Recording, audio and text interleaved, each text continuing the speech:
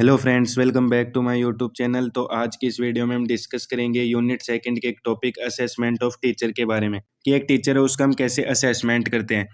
तो फर्स्टली हम डिस्कस करते हैं असेसमेंट ऑफ टीचर है उसकी क्या डेफिनेशन होती है। Assessment of teacher is a planned and organised process of collecting information about a teacher's teaching performance and professional qualities for the purpose of improvement and development. Teacher का assessment एक plan और organised process होती है जिसमें teacher के teaching performance, teacher की skills और teacher के प्रोफेशनल क्वालिटी है उसका डिटेल में इवाल्युएशन है वो किया जाता है। इसका मेन गोल होता है टीचर की स्ट्रेंथ और वीकनेस है उसको आइडेंटिफाई करना और उनकी कंटिन्यूअस इंप्रूवमेंट और प्रोफेशनल डेवलपमेंट है उसको इंक्रीज करना। ये प्रोसेस स्टूडेंट के लर्निंग आउटकम्स को भी इन्हेंस करती है क्योंकि बेटर टीचिंग डायरेक्टली उनकी लर्निंग क्वालिटी है उसको इम्प्रूव करती है। डेफिनेशन के बाद में अब हम डिस्कस करते हैं कि जो टीचर असेसमेंट है उसके क्या क्या ऑब्जेक्टिव्स होते हैं, जिसमें फर्स्ट आता है to evaluate the teaching performance of the teacher. Teacher assessment का पहला ऑब्जेक्टिव होता है टीचर के टीचिंग परफॉर्मेंस को जज करना, यानी कितना इफेक्टिवली वो स्टूडेंट्स को पढ़ा पा रहे हैं। सेकेंड है to assess the effectiveness of teaching methods used. Assessment से ये समझने में मदद मिलती है कि टीचर जो टीचिंग मेथड्स यूज कर रहा है वो कितने इफेक्टिव है और स्टूडेंट्स पर उनका क्या इम्पैक्ट है। थर्ड है identify strength and weakness in teaching.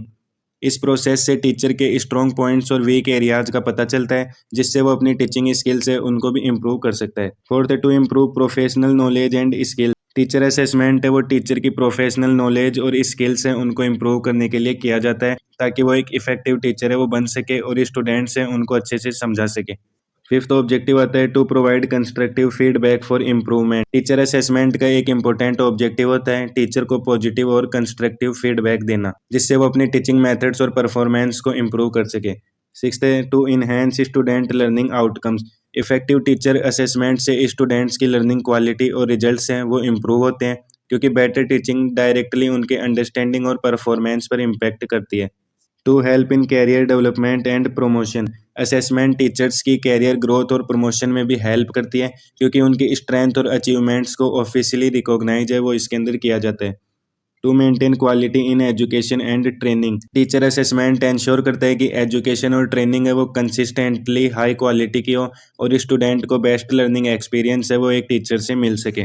Objectives के बाद में अब हम डिस्कस करते हैं कि जो टीचर असेसमेंट है उसके कौन कौन से प्रिंसिपल्स होते हैं, जिसमें फर्स्ट आता है assessment should be objective and unbiased. Teacher assessment हमेशा फेयर और इम्पार्शियल होना चाहिए, मतलब पर्सनल फीलिंग्स या फेवरेटिज्म का इफेक्ट नहीं होना चाहिए। कई बार क्या होता है कि जो टीचर होता है वो स्टूडेंट्स को ऐसे ही जज कर लेता है। It should be continuous and systematic. Assessment एक कंटिन्यूअस और ऑर्गेनाइज्ड प्रोसेस होना चाहिए जो रेगुलर इंटरवल्स पर किया जाए, ना सिर्फ एक टाइम पर। Clear standards and criteria should be used. Teacher को जज करने के लिए क्लियर स्टैंडर्ड्स और इवाल्युएशन क्राइटेरिया है वो डिफाइन होना चाहिए पहले से ही, जिससे असेसमेंट है वो ट्रांसपेरेंट और कंसिस्टेंट हो सके। It should focus on improvement rather than punishment. Assessment का मेन पर्पज टीचर की इम्प्रूवमेंट और डेवलपमेंट से होना चाहिए, ना कि सिर्फ गलतियों को पनिश करने से। Confidentiality should be maintained. Assessment के रिजल्ट्स और फीडबैक का कॉन्फिडेंशियल ट्रीटमेंट होना चाहिए जिससे टीचर का ट्रस्ट और उसकी प्रोफेशनल जो लाइफ है वो मेंटेन हो सके। प्रिंसिपल्स के बाद में अब हम डिस्कस करते हैं कि जो टीचर असेसमेंट है उनके कौन कौन से एरिया होते हैं, यानी एक टीचर है उसको किन किन एरिया के अंदर कैसे कैसे असेस है वो किया जाता है। इसमें फर्स्ट आता है subject knowledge. The teacher should have adequate and updated knowledge of the subject. The ability to explain concept clearly and correctly is assessed. Teacher assessment का एक इम्पोर्टेंट एरिया है सब्जेक्ट नॉलेज, मतलब टीचर को अपने subject की complete knowledge और updated knowledge है वो होनी चाहिए। इसमें यह देखा जाता है कि टीचर कंसेप्ट को क्लियरली और करेक्टली एक्सप्लेन कर पा रहा है या नहीं कर पा रहा है। अगर टीचर अपना सब्जेक्ट वेल प्रिपेयर और अपडेटेड रखता है तो स्टूडेंट्स है वो इजीली कंसेप्ट है वो समझ जाते हैं और उनकी जो लर्निंग है वो भी इफेक्टिव हो जाती है। ये इस एरिया का एम होता है कि जो टीचर की नॉलेज है वो स्ट्रांग हो और उनकी जो टीचिंग क्वालिटी है वो भी इम्प्रूव हो। सेकंड एरिया आता है वो है teaching skills. Teaching skills include the use of appropriate teaching methods, clear explanation, questioning techniques and interaction with students. Teacher assessment का दूसरा एरिया होता है टीचिंग स्किल्स, जिसमें देखा जाता है कि टीचर एप्रोप्रिएट टीचिंग मेथड्स है उनका यूज कर रहा है या नहीं कर रहा है, कंसेप्ट है उनको स्टूडेंट्स को क्लियरली एक्सप्लेन कर रहा है नहीं कर रहा है, इफेक्टिव क्वेश्चनिंग टेक्निक्स है उनका यूज करता है नहीं करता है, और स्टूडेंट के साथ एक्टिव इंटरेक्शन है वो मेंटेन कर पा रहा है या नहीं कर पा रहा है। ये इंश्योर करता है कि स्टूडेंट एक्टिवली लर्न करें और क्लास है वो बिल्कुल बेटर कम्युनिकेशन वाली हो। थर्ड एरिया आता है lesson planning and preparation. Assessment includes checking lesson plans, organisation of content and achievement of learning objectives. Assessment में ये भी देखा जाता है कि टीचर लेसन प्लान है वो प्रॉपरली प्रिपेयर करता है या नहीं करता है। लेसन प्लान में भी इंक्लूड होता है organisation of content, clear objectives है वो होने चाहिए, और ये चेक करना चाहिए कि लेसन के गोल्स है वो अचीव हो रहे हैं या नहीं हो रहे हैं। ये एरिया इंश्योर करता है कि जो क्लास है वो स्ट्रक्चर, ऑर्गेनाइज्ड और इफेक्टिव हो, जिससे जो स्टूडेंट्स की लर्निंग का आउटकम है वो भी इम्प्रूव हो। फोर्थ एरिया आता है वो है classroom management. The teacher's ability to maintain discipline, manage time and create a positive learning environment is evaluated. Teacher assessment का एक और इम्पोर्टेंट एरिया है क्लासरूम मैनेजमेंट, जिसमें देखा जाता है कि टीचर डिसिप्लिन मेंटेन कर पा रहा है या नहीं कर पा रहा है, टाइम इफेक्टिवली मैनेज कर पा रहा है नहीं कर पा रहा है, और पॉजिटिव लर्निंग एनवायरनमेंट है वो क्रिएट कर पा रहा है या नहीं कर पा रहा है। इफेक्टिव क्लासरूम मैनेजमेंट से जो स्टूडेंट्स होते हैं वो फोकस और मोटिवेटेड रहते हैं और लर्निंग है वो उनकी ईजी हो जाती है।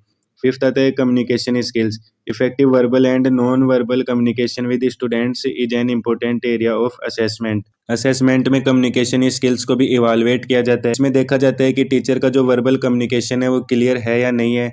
नॉन वर्बल कम्युनिकेशन जैसे गेस्चर्स, बॉडी लैंग्वेज और फेशियल एक्सप्रेशंस है, उनका टीचर है वो इफेक्टिवली यूज कर पाता है या नहीं कर पाता है। उसके बाद में सिक्स्थ एरिया आता है student evaluation method. The teacher's fairness and accuracy in assessing student performance through test and examinations are evaluated. Teacher assessment का ये एरिया देखता है कि टीचर स्टूडेंट्स की परफॉर्मेंस को इवालुएट करने में फेयर और एक्यूरेट है या नहीं है।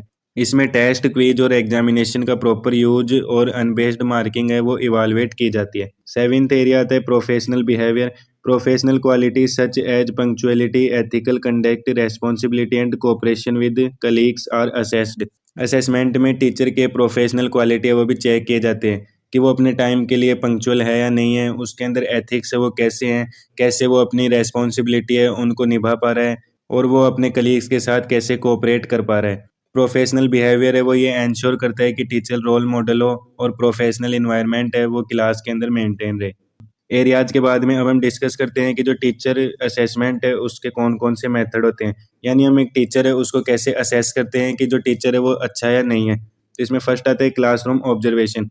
इन this method the supervisor observes the teacher while teaching in the classroom and evaluates performance based on set criteria.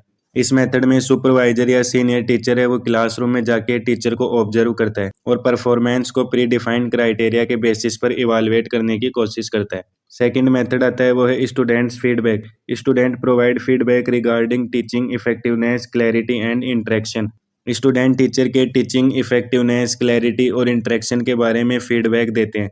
इससे पता चलता है कि स्टूडेंट कितना एक्टिवली और इफेक्टिवली लर्न कर पा रहे हैं एक टीचर के द्वारा। थर्ड मेथड आता है self assessment. The teacher evaluates his or her own performance and identify areas for improvement. इसका मतलब है कि टीचर है वो खुद अपनी परफॉर्मेंस को इवालुएट करता है और आइडेंटिफाई करता है कि कहाँ उसको इम्प्रूवमेंट की ज़रूरत है। ये प्रोसेस सेल्फ अवेयरनेस और प्रोफेशनल ग्रोथ है वो इन्हेंस करती है एक टीचर में।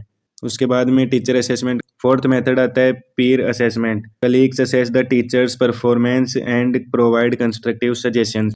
कलीग्स या फेलो टीचर्स हैं वो टीचर के परफॉर्मेंस को इवालुएट करते हैं और कंस्ट्रक्टिव सजेशन से वो उस टीचर को प्रोवाइड करते हैं। इससे टीचर को नए आइडिया मिलते हैं कि वो कैसे कैसे अपने आप को इम्प्रूव कर सकता है। फिफ्थ मेथड आता है performance appraisal. It is a formal evaluation conduct by the institution for promotion, confirmation और इम्प्रूवमेंट। ये एक फॉर्मल इवालुएशन होता है जो इंस्टीट्यूशन के द्वारा किसी टीचर के प्रति कंडक्ट किया जाता है, जैसे टीचर का प्रमोशन, कंफर्मेशन और उसके इम्प्रूवमेंट के लिए। अब हमारा सिक्स्थ मेथड आता है वो है teaching portfolio. A portfolio includes lesson plans, teaching materials and records of academic activities. Teaching portfolio में लेसन प्लान्स, टीचिंग मटेरियल और एकेडमिक एक्टिविटी रिकॉर्ड्स है वो इंक्लूड होते हैं। इससे टीचर के ओवरऑल परफॉर्मेंस और प्रोफेशनल ग्रोथ है उसको डॉक्यूमेंट किया जा सकता है।